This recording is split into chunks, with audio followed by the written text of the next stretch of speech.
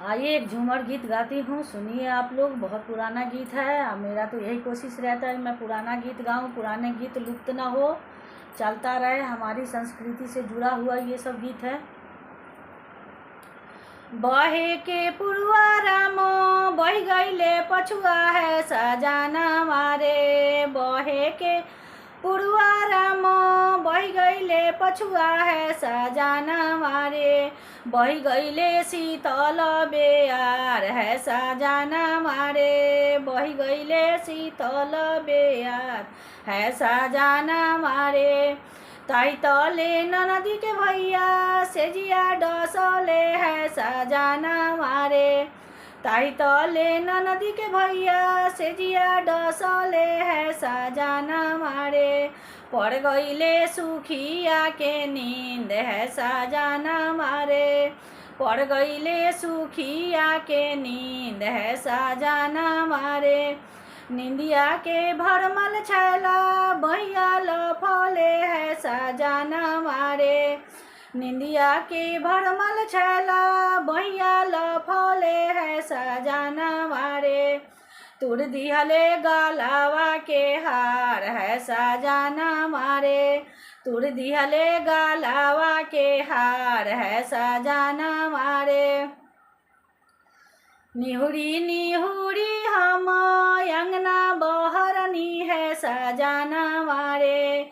निहुरी निहुरी हम अंगना बहरनी है सजाना मारे। सासू रेखे देहिया मोर है सजाना मारे।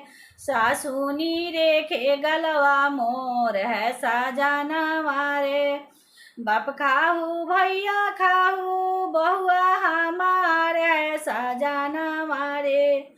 बाप खाहू भैया खाहू बहुआ हमार है सजाना मारे।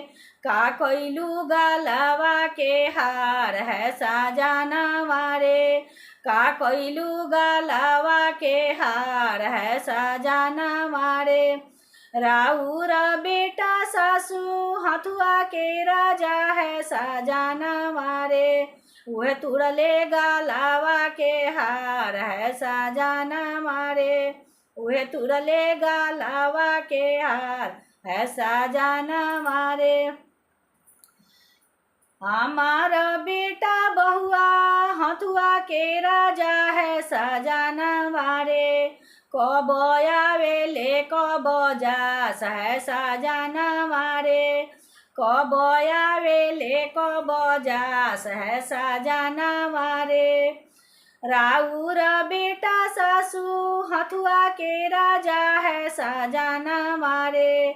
सांझे आवेले भोरे जास है सजाना मारे।